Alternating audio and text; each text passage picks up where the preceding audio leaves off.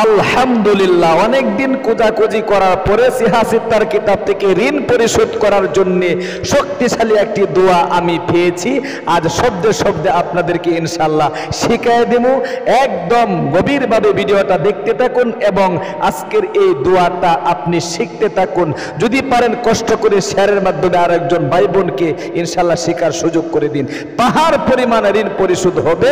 আল্লাহ তাআলা আপনার পাহাড় পরিমাণ ঋণ পরিশোধ করার ব্যবস্থা করে দিবে। আপনার যদি ঋণ এত পরিমাণ হয়ে থাকে যে জমি জামা বাড়ি ভিটা বিক্রি করলেও আপনার ঋণ পরিশোধ হবে না, সুতরাং আপনার এমন জটিল এবং কঠিন ঋণ থাকলেও পরিশোধ হবে। আল্লাহ তাআলা নিজে আপনার ঋণ পরিশোধ করার ব্যবস্থা করে দিবে। ফজরের 2 রাকাত সুন্নত নামাজ আদায় করার পরে ফরজ নামাজের আগে এই বিশেষ সময়ে আপনি ইয়াকিন নিয়ে বিশ্বাস নিয়ে এই নিয়মে আমলটা করবেন। শুনলে আপনি অবাক হয়ে যাবেন। আহারে, বিশ্বনবীর একজন সাহাবী, শুধু সাহাবী নন, যে সাহাবীর কাছে তার কন্যা ফাতেমা রাদিয়াল্লাহু তাআলা আনহাকে দিয়ে দিয়েছিলেন, সেই আলী রাদিয়াল্লাহু তাআলা আনহু অনেক ঋণে আক্রান্ত ছিলেন, অনেক ঋণে জর্জরিত ছিলেন, উদ্বিগ্ন ছিলেন। আহারে, ঋণের কারণে ঘর থেকে বের হতে পারতেছিলেন না। হযরত আলী রাদিয়াল্লাহু তাআলা আনহু বিশ্বনবীর কাছে এসে বললেন, ওগো নবীজি, এত পরিমাণ ঋণ আমার হয়ে গিয়েছে, জায়গা জমি যতটুক আছে সবগুলো যদি বিক্রি করে দেই তাহলে আমি ঋণ পরিশোধ করতে পারবো না। এত পরিমাণ ঋণ, আমার পাহাড় পরিমাণ ঋণ হয়ে গিয়েছে। বিশ্বনবী মুহাম্মদে আরবি সাল্লাল্লাহু আলাইহি ওয়াসাল্লাম সাথে সাথে বললেন, ওরে আলী, এত ঋণে তুমি জর্জরিত, এখনো পর্যন্ত আমার কাছে তুমি আসো নাই, আমার কানে তুমি এই আওয়াজ দেও নাই।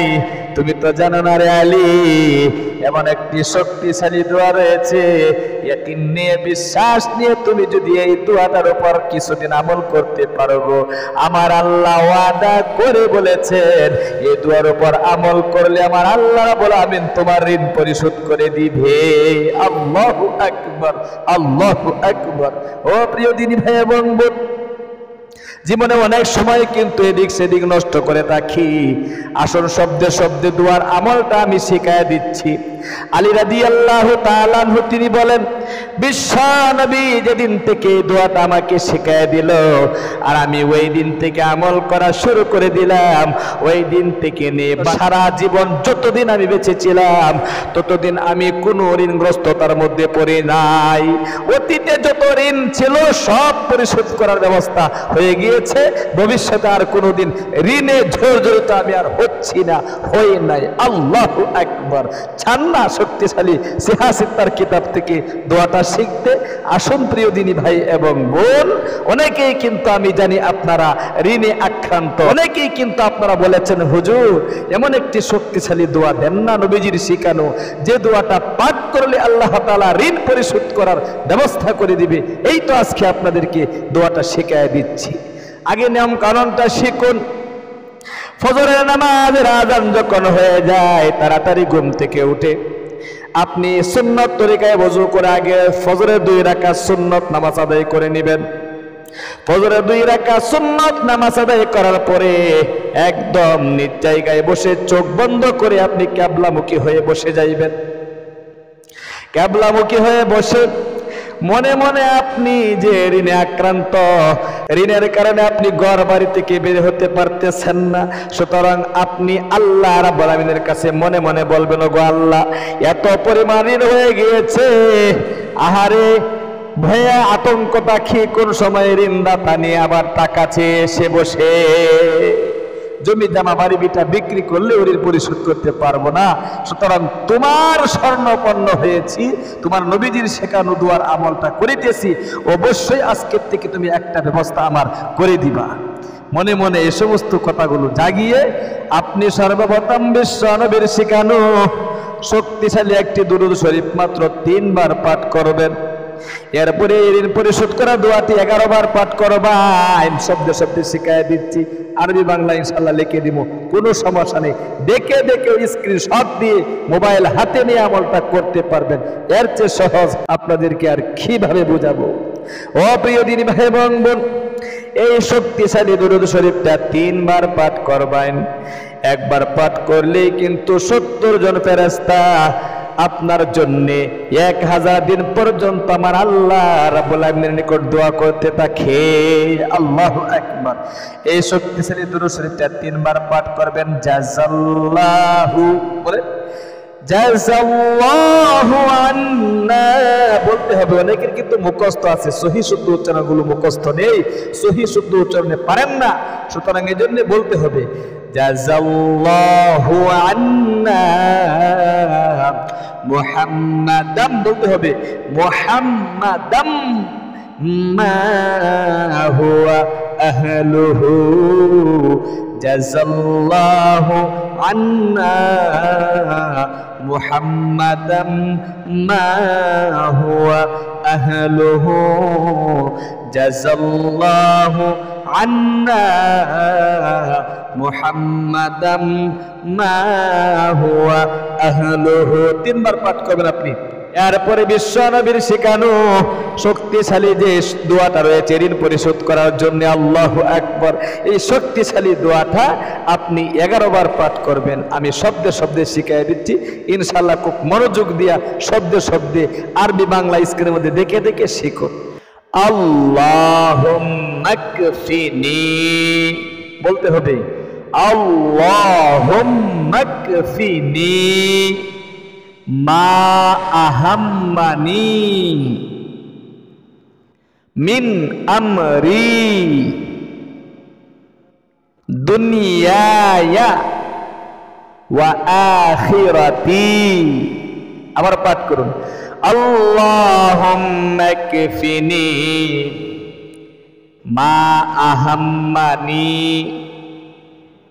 মিন আমরি দুনিয়ায়া ওয়া আখিরাতি। আবার পাঠ করুন আল্লাহুম্মা কফিনি বলেন মা আহাম্মানি মিন আমরি দুনিয়ায়া ওয়া আখিরাতি।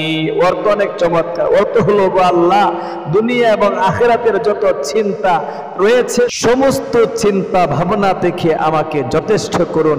আল্লাহু আকবার। এরপরে আপনি বিশ্ব নবীর শিখানো আরেকটি ছোট ইস্তেগফার 3 বার পাঠ করে সংক্ষিপ্ত মোনাজাত করবেন। মোনাজাতে কি কি বলতে হবে আমি শিখিয়ে দিচ্ছি। এই ইস্তেগফারটি আপনি 3 বার পাঠ করবেন, একদম শক্তিশালী ইস্তেগফার। আল্লাহুম্মা গফিরলি আল্লাহুম্মা গফিরলি আল্লাহুম্মা গফিরলি। এরপরে আপনি সংক্ষিপ্ত মোনাজাত করবেন আলহামদুলিল্লাহি রাব্বিল আলামিন والصلاة والسلام على سيد الأنبياء والمرسلين وعلى آله وأصحابه أجمعين। আল্লাহ তুমি দেখো নজর করে 1 নম্বরে বলবেন আমি তোমার এক গুনাহগার বান্দা, জীবনে অনেক অন্যায় করেছি, পাপ করেছি, জীবনের যৌবন গুনাহ করতে করতে নষ্ট হয়ে গিয়েছে। জীবনের যৌবনের গুনাহ থেকে ক্ষমা চাচ্ছি। জীবনের যৌবনের গুনাহগুলো ধুয়ে মুছে সাফ করে নিষ্পাপ করে দাও। এরপরে বলবেন আল্লাহ গো অনেক ঋণে জর্জরিত, ঋণ পরিশোধ করতে পারতেছি না, পাহাড় পরিমাণ ঋণ হয়ে গিয়েছে। আল্লাহ এই সমস্ত ঋণকে পরিশোধ করার জন্যে তোমার নিকট আমি চাচ্ছি তোমার নবীদের শেখানো শক্তিশালী একটি দোয়ার উপর আমল করে, আল্লাহ একটি ইস্তেগফার এবং দুরূদ শরীফের উপর আমল করে। আল্লাহ গো জীবনে অনেক তোমার নিকট চেয়েছি, কোন চাওয়া কোন পাওয়া তুমি। আল্লাহ জীবনে অনেক মোনাজাত করেছি, কোন মোনাজাত কবুল করছো জানি না, আজকের মোনাজাতটা তুমি ফিরায় দিও না। এরকম অনেকের চাকরি হচ্ছে না, চাকরি ব্যবস্থা হচ্ছে না, চাকরি হয়েছে প্রমোশন হচ্ছে না, কন্যা সন্তানের বিয়ের ব্যবস্থা হচ্ছে না, ছেলে মেয়ের বিয়ে হচ্ছে না। সুতরাং আপনি এই আমলটা করে আল্লাহ তাআলার নিকট আপনার কন্যা সন্তানের, আপনার ছেলে সন্তানের বিয়ের ব্যবস্থা করতে পারবেন। আল্লাহ তাআলার নিকট যদি চাইতে পারেন চাওয়ার মতো, আল্লাহ তাআলা বান্দার অন্তর থেকে ইন্নাহু আলিমুম বিযাতিস সুদূর, বান্দা অন্তরে কি বলতেছে এটাই কিন্তু আল্লাহ তাআলার নিকট পৌঁছে যায়।